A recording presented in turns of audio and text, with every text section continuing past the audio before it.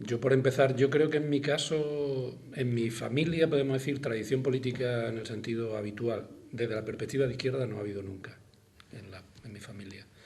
Lo que sí ha habido en mi familia es tradición política de derecha. Entonces, yo creo que eso marca. A mí, a mi recuerdo, por lo menos en mi memoria sentimental, hablando de esa forma, yo creo que ha sido más importante mi pueblo. Yo soy de Linares, que es una sociedad ahora es complicada, pero en los años 50, 60, cuando éramos jóvenes, todavía era más complicada. Es decir, en mi pueblo la división social era una cosa flagrante. Había bares donde yo soy de una familia de lo que podemos llamar clase media acomodada de la burguesía del pueblo.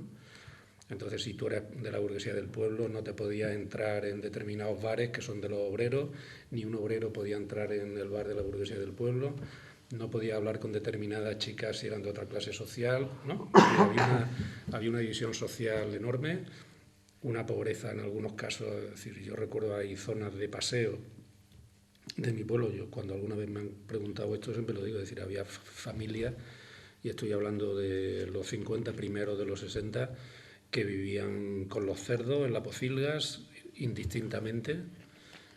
Entonces, bueno, esa situación, vamos a llamar así, social, para mí fue no sé si una toma de preconciencia, pero para mí fue cardinal y decisiva, ¿no?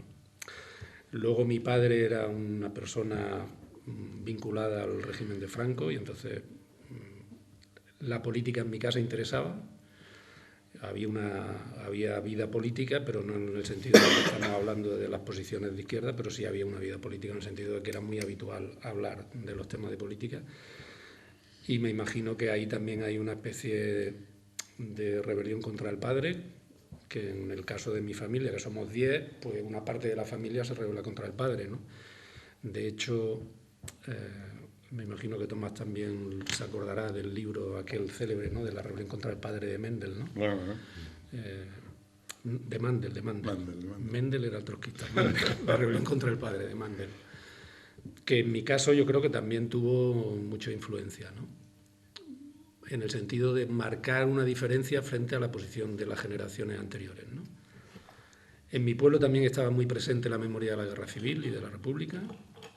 Es decir, yo en aquella época, y no sabría decir también por qué, yo decido, desde que tengo 13, 14 años, decido trabajar en los veranos, cosa que en aquella época sonaba chino mandarino, ¿no? Que de pronto alguien de la burguesía así acomodada, para entendernos, se pusiera a trabajar los veranos.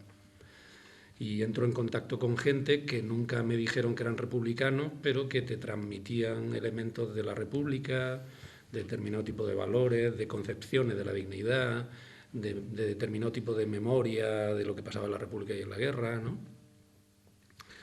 Que en mi caso también me hacen acercarme a otras formas de sentir y de pensar. Y luego también yo creo que hay un elemento, en mi caso, yo creo que bastante importante, que es lo que podemos llamar la nueva cultura popular, que es la música, ¿no?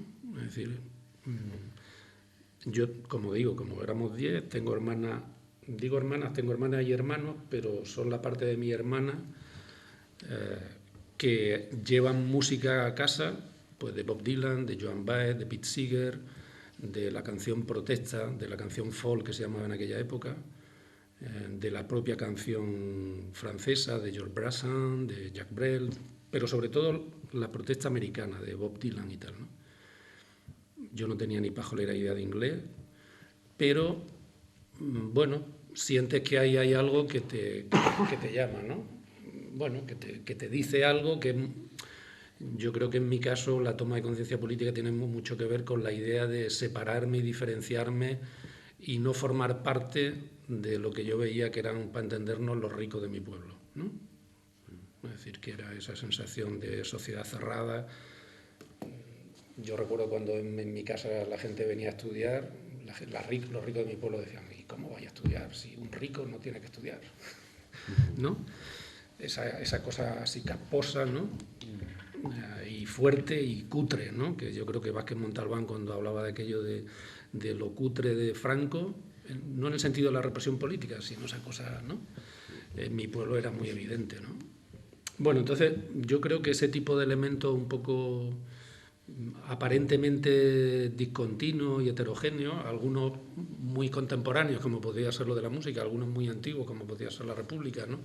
Unos muy familiares, como era lo de mi padre, ¿no? Y otros muy del entorno social, hacen que yo cuando me planteo salir del pueblo para estudiar fuera, y tengo esa suerte de poder estudiar fuera, lo cual en aquella época era un privilegio, para que os hagáis una idea, lo digo sobre todo a la gente que nos oiga ahora, en mi pueblo, en mi provincia, no en mi pueblo, solamente había un instituto en aquella época, en Jaén, ¿no? Y entonces, claro, si tú querías hacer algo, el destino, entre comillas, natural de la gente de mi pueblo que podía estudiar era Granada. A mí estudiar en Granada me parecía un horror, porque claro, era seguir con la misma gente de mi pueblo. Y yo no quería seguir con la gente de mi pueblo ni harto vino. Y entonces me planteé elegir una carrera que me pudiera permitir ir a Madrid o a algún sitio así, porque para mí Madrid era la libertad, era el anonimato, era lo que se dice en la sociología, lo que luego la sociología dice que la ciudad es el viento de la libertad y que la ciudad, bueno, pues eso para mí, sin saberlo, era la ciudad, era Madrid. Entonces vine aquí a hacer preu, porque en aquella época tampoco se podía hacer preu en muchos sitios. ¿En qué año? ¿Te acuerdas en qué año haces preu? Yo creo que debió ser el año 68. Por la edad que tengo, 17 años, probablemente fuera el año 68. Casi con toda seguridad. 67, 68, tengo dudas si es 67, 68, que es probable, o 68, 69. Con la gente de preu, claro, hay una especie de equilibrio, porque yo vengo a los maristas aquí en Madrid, que eran los maristas donde yo estaba estudiando en Jaén, y yo en el entorno aquel de los maristas tampoco encontré un núcleo, podríamos decir, donde pudiera dialogar. Yo en aquella época, además de la música, y aunque no entendía nada, ya en aquella época, cuando yo tenía 16, 17 años, había leído ya los manuscritos filosóficos de Marx, aunque no había entendido nada de aquella época. Había leído a Freud, aunque muchas cosas tampoco había entendido nada, pero mi cabeza, podemos decir, estaba buscando cosas que no tenía respuesta en mi entorno, ¿no? Y la lectura, en mi caso, de la misma forma que Tomás ha hecho mucho hincapié en las relaciones, vamos a llamar así, más personales, ¿no? En mi caso es un proceso mucho más aislado, porque en mi entorno no hay diálogo en esas cosas que yo me inquietaban o me interesaban. Y la lectura yo creo que fue un factor también decisivo. Bueno, en preu no encuentro nada y cuando empiezo a ubicarme un poco me pasó como a Tomás. Yo hice selectivo de ciencia, que en aquella época también era común, era física, biológica, geológica, matemática y química. Ahí en el edificio. Una cosa común que no sabía yo. Sí, sí. Bueno, también tenemos común la importancia de la emigración. Lo que pasa es que tú viajaste y yo veía en mi pueblo la emigración, ¿no? O sea, lo que ahora la gente que se iba a trabajar a Alemania, ¿no? La gente de los pueblos que se iban a trabajar, que venían en verano. Lo digo por poner una anécdota que me marcó. Una vez en mi pueblo pasó un coche de turistas, lo digo para que veáis la barbaridad del pueblo en aquella época, y se separaron. En aquella época la carretera general atravesaba el pueblo. Entonces se paran, imagínate que se paran y el turista se acerca a una señora, que la primera que pasaba, a preguntarle, me imagino, a dónde se va, a Úbeda o Baeza, porque era la carretera que iba a Úbeda o Baeza. Y unos mozos del pueblo se dirigieron al turista y sin mediar palabra le pegaron una paliza porque habló directamente con una mujer, ¿no? Entonces, claro, era una cosa asombrosa. No, bueno. Y entonces cuando llegué a selectivo, pues ya empecé a encontrar gente para dialogar, por decirlo de alguna forma, ¿no? No todavía en el ámbito político, más directamente político. Cuando yo entré en selectivo estaba todavía, aunque luego lo hablaremos, estaba una cosa que se llamaba SDEU, que estaba vinculada a la época del Felipe, pero de otra forma, que era la alternativa al sindicato al SEU, ¿no? Que estaba Martín Villa de secretario general en su época, pues la oposición monta el SDEU, no sé si te acordarás. Sí. Y estaba, podemos decir, ya en la última época del SDEU, pero había gente del SDEU, había gente en la facultad, en la clase, ¿no? Recuerdo, Sindicato Democrático de Estudiantes Universitarios. De Estudiantes Universitarios. SDEU, Sindicato Democrático de Estudiantes Universitarios. Entonces en mi clase pues había gente del SDEU. yo me hice con un grupo de amigos, que uno de ellos era Jorge Lozano, que luego fue catedrático, o es catedrático de la Facultad de Ciencias de la Información. Bueno, y entonces ya en aquella época, pues lo típico, empieza a salir de manifestación, empieza a participar en la asamblea, pero desde una perspectiva muy, podemos decir, muy, vamos a llamar así, muy antifranquista y muy de buscar, no se sabe exactamente qué, ¿no? En el sentido de lo que estaba comentando antes. Y luego yo creo que a partir de segundo, o sea, cuando ya pasó a física, es cuando ya empiezo a participar, sin ser militante de lo que en aquella época se llamaba Juventudes Universitarias Revolucionarias del Partido Comunista de España Internacional, que solamente las pintadas se nos iba la mitad de la vida. Pero sí entra en contacto con gente que en aquella época, efectivamente, como dice Tomás, y eso sería otro punto común, que se llamaban comités de curso. En aquella época también, yo creo que en mi caso, en aquella época las fuerzas políticas dominantes de la facultad era el Partido Comunista, lógicamente, y la FUDE, que era el movimiento de la Universidad del Partido Comunista de España marxista-leninista, que en aquella época en la facultad la FUDE tenía muchísima fuerza, más allá de que luego cayó en picado prácticamente en un año o 2 años. Pero bueno, entonces yo creo que ese elemento mío, podemos decir, de tratar de buscar una cosa un poquito distinta, hace que ni el PC ni la FUDE me llamen. No sabría tampoco, no era un problema político. Hablamos del año 70. Más Hablamos del año 69, 70. En mi caso, el juicio de Burgos, que me parece que fue el año 69, fue un hito, podemos decir, muy importante en la toma de conciencia política y en la militancia más activa, ¿no? Yo creo que fue en el juicio de Burgos en el que empecé a tomar un nivel de actividad fuerte, pues de panfletos, de convocatorias, de manifestaciones, de asambleas, ¿no?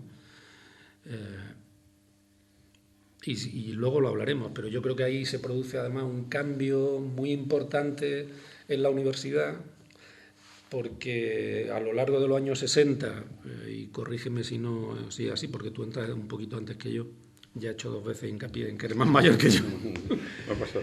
Pero hay una especie de, aunque suene un poquito raro visto desde ahora, a lo mejor, se desarrolla un cierto espacio de autonomía, ¿no? Que yo creo que Carrillo en aquella época teorizó con la idea aquella de las manchas de leopardo, ¿no? No sé si te acordarás, que era una metáfora que utilizaba diciendo que en la época de Franco había manchas de libertad, espacios de libertad. Espacio de libertad. ¿No? Entonces, la facultad, es verdad que la policía no podía entrar.